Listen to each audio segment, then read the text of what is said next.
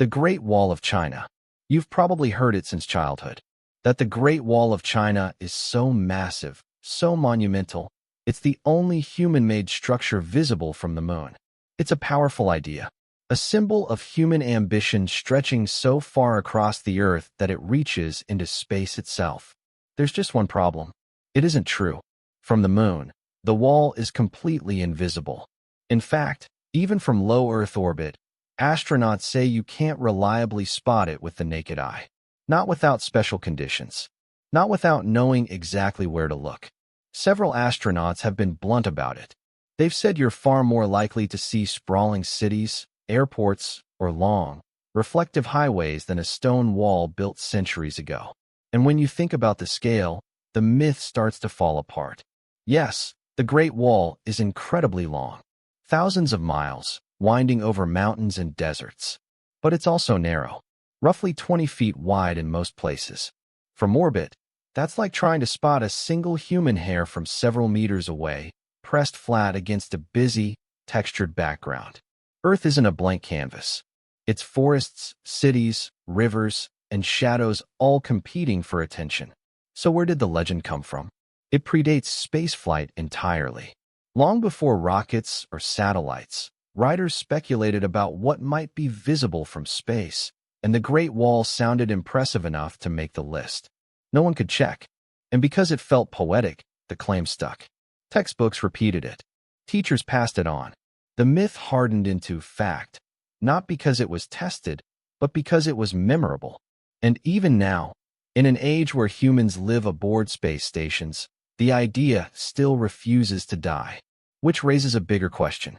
If something this famous can be wrong for so long, what other facts have we accepted without ever looking up? New York City sewer alligators. It's one of those stories that feels too perfect to die.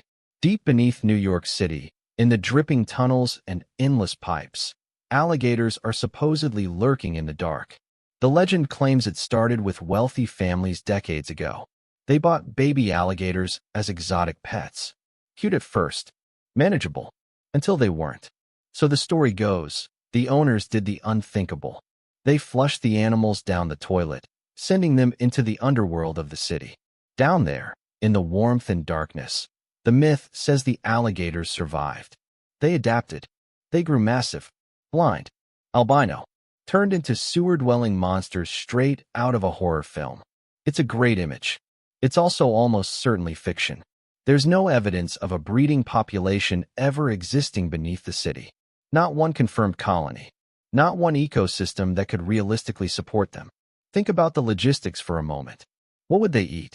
A steady diet of rats and misplaced jewelry? Leftover slices drifting through wastewater? Even the hardiest reptile needs space, sunlight, and a stable food supply. New York's sewer system offers none of that in the long term. And this is an unexplored territory. For decades, sanitation workers, engineers, and maintenance crews have crawled through that underground maze. Mile after mile, they've found blockages, debris, and things no one wants to talk about. But they've never found a thriving nest of giant, pale alligators. If anything, you'd think someone would want to discover one, just for the story alone. Yet the legend refuses to disappear. Passed along in whispers, documentaries, and late-night conversations, lurking just out of sight. Because sometimes, the idea of monsters beneath our feet is simply more fun than the truth.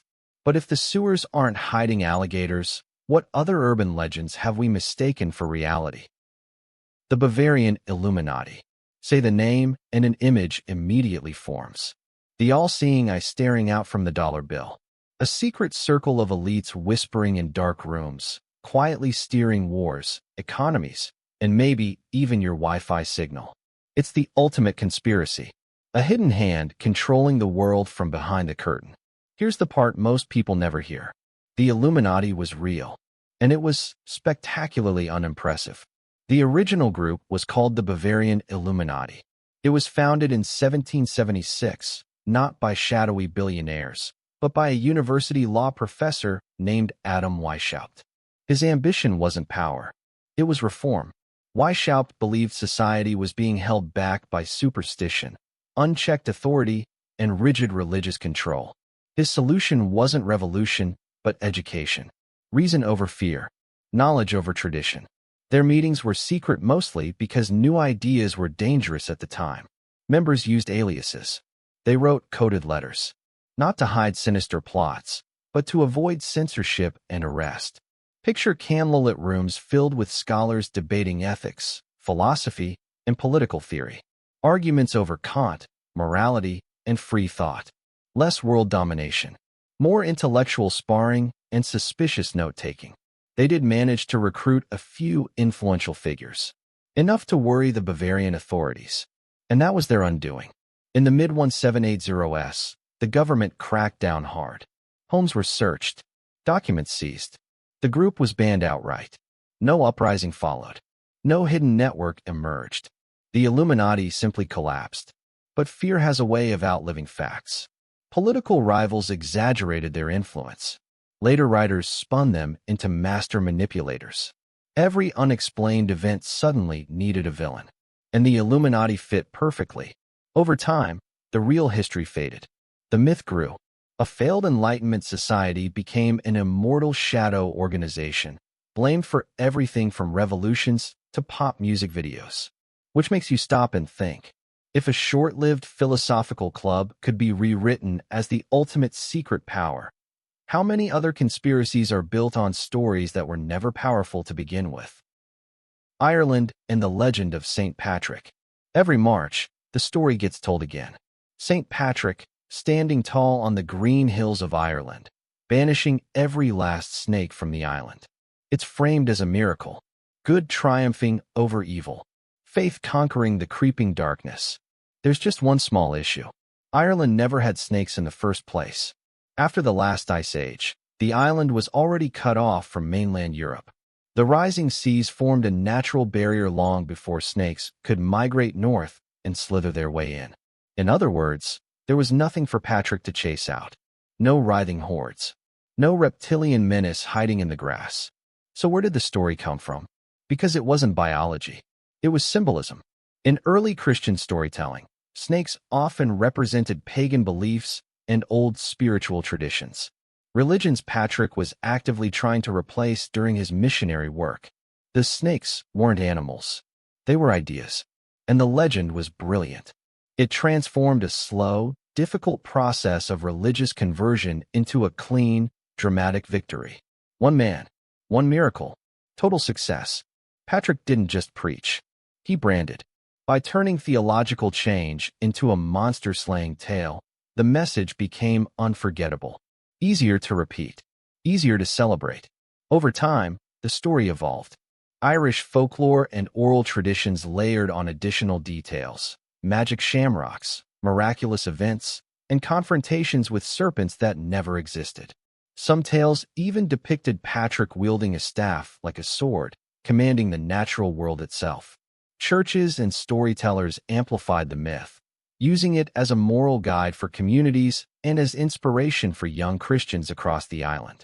What began as a metaphor slowly became a literal tale, told and retold so often that its symbolic origins were completely lost. Art, music, and literature reinforced the image of Patrick as a serpent-slaying hero, and the narrative spread beyond Ireland to the wider Christian world. Even today, parades, songs, and celebrations echo a story of victory over evil, completely divorced from historical fact. And over centuries, the metaphor hardened into literal history. A symbolic story retold so often that people forgot it was symbolic at all. Which makes you wonder, how many other heroic legends are really just clever metaphors we stopped questioning? Absinthe and the Green Fairy. For decades, absinthe carried a reputation like no other drink. The Green Fairy, the muse of tortured poets and unhinged artists. Supposedly, one sip could unlock hallucinations, spark genius, and tear open the doors of the mind. A drink so dangerous it had to be banned across Europe and beyond. It all sounds mysterious, and it's almost entirely a lie. The panic around absinthe wasn't born in laboratories. It was born in boardrooms.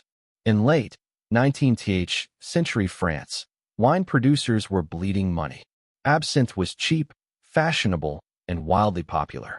So a smear campaign began. Newspapers blamed absinthe for madness, violence, and moral collapse. Crimes involving alcohol were rebranded as something darker, something exotic, something green. At the center of the fear was a compound called thujone. It was accused of causing hallucinations and insanity. Here's the inconvenient truth. You would need to drink a lethal amount of absinthe, enough to kill you from alcohol poisoning many times over, before thujone had any noticeable psychoactive effect. In other words, the danger wasn't the fairy. It was the alcohol. The artists weren't communing with visions from another realm. They were just very, very drunk. But there's more to the story. Absinthe became a cultural obsession not just for its supposed mind-altering effects, but for the romance and rebellion it symbolized. Cafes in Paris and bohemian quarters across Europe were filled with intellectuals and painters sipping the green elixir, discussing art, politics, and philosophy.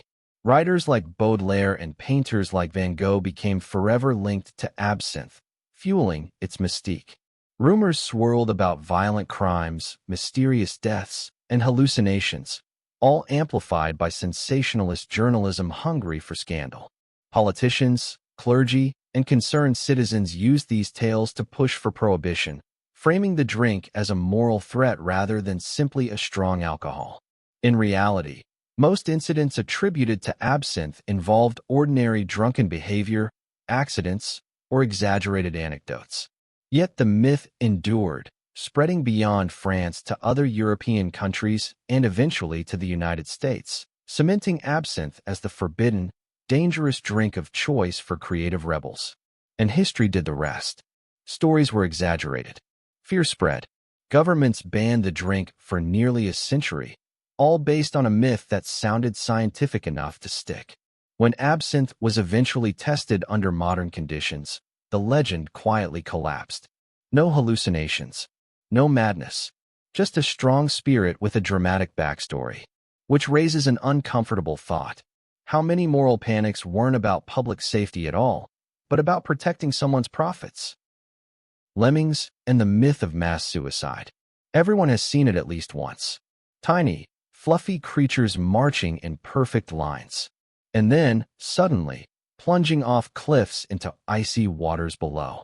It's a haunting image, a metaphor for blind conformity, mindless obedience, the terrifying idea of an instinct that drives a whole species to its death.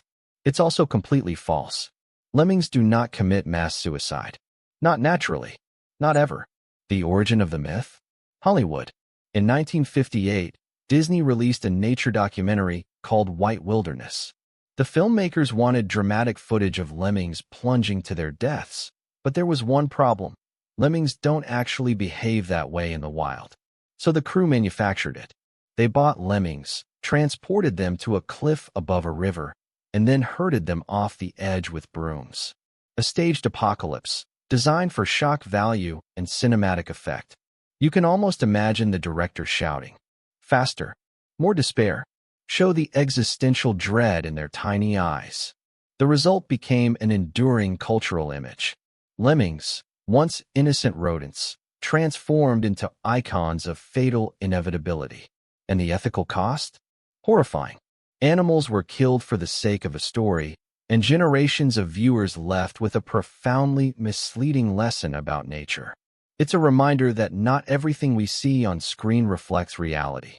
And sometimes, the truth is far stranger and crueler than the myth. Which makes you wonder, how many other natural behaviors we take for granted are really just carefully staged illusions? Diamonds and the greatest marketing lie. Get ready to look at your jewelry differently. For over a century, we've been told that diamonds are rare, precious, inherently valuable. It's a story almost everyone believes. But it's mostly fiction. Diamonds aren't especially rare. They're actually one of the most common gemstones on Earth. So why do they cost so much? Because a single company decided they should. In the 20th century, De Beers established a global diamond monopoly. They stockpiled gems, controlled the supply, and engineered scarcity where none naturally existed. Then came the genius move. In the 1940s, De Beers hired an advertising agency. They created a slogan that would echo for generations. A diamond is forever. Not only that, they invented the modern diamond engagement ring, a centuries-old ritual reinvented as a marketing tool. The result was astonishing. They didn't just sell diamonds. They sold desire, romance, eternal love. They created a narrative so compelling that people spent fortunes, believing the shiny rock was priceless by nature rather than by design. Even today, decades later, the lie persists. Couples buy the rings. Families pass them down. Society worships the glittering stone. But beneath the sparkle is a story of brilliant manipulation. A product transformed into a symbol of commitment, not by tradition, but by pure marketing genius. Which leads to a simple question. If the most cherished symbol of love was invented in an ad campaign, what other timeless truths are just clever illusions? Elementary, my dear Watson. Picture it, Sherlock Holmes, magnifying glass in hand, just cracking the most fiendish case imaginable. He turns to Dr. Watson and delivers the line everyone knows. Elementary, my dear Watson. Except, he never says it. Not once. Not in any of Sir Arthur Conan Doyle's original stories. Holmes does use the word elementary. He does call Watson my dear Watson. But the two never appear together in the canonical texts. So where did it come from? The line emerged decades later in stage adaptations and early films. Actors, eager for a catchy phrase to sum up the detective's brilliance, combined the words. It stuck. Audiences loved it. And over time, it was burned into our collective memory as the defining catchphrase of the world's most famous detective.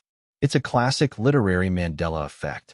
We remember something that never existed so vividly that we're convinced it's true. Conan Doyle himself would probably have been baffled. The character he created, the voice he gave to Holmes, somehow became famous for words he never wrote.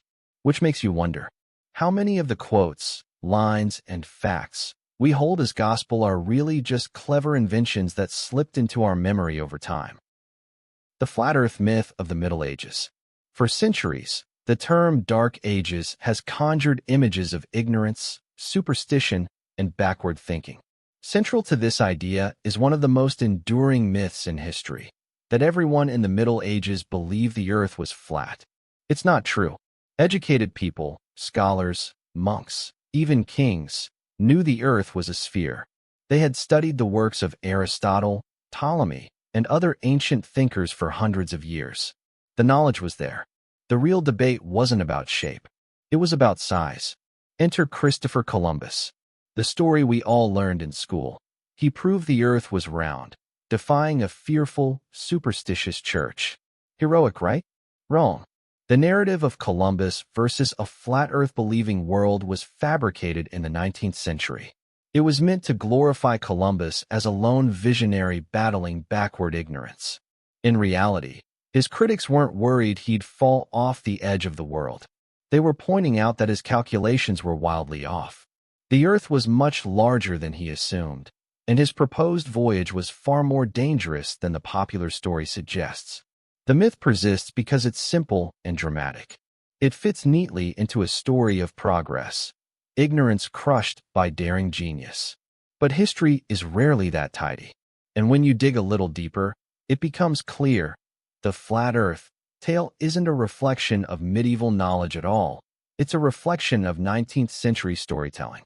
Which makes you question, how many other obvious truths about the past were really just clever myths designed to make history more entertaining?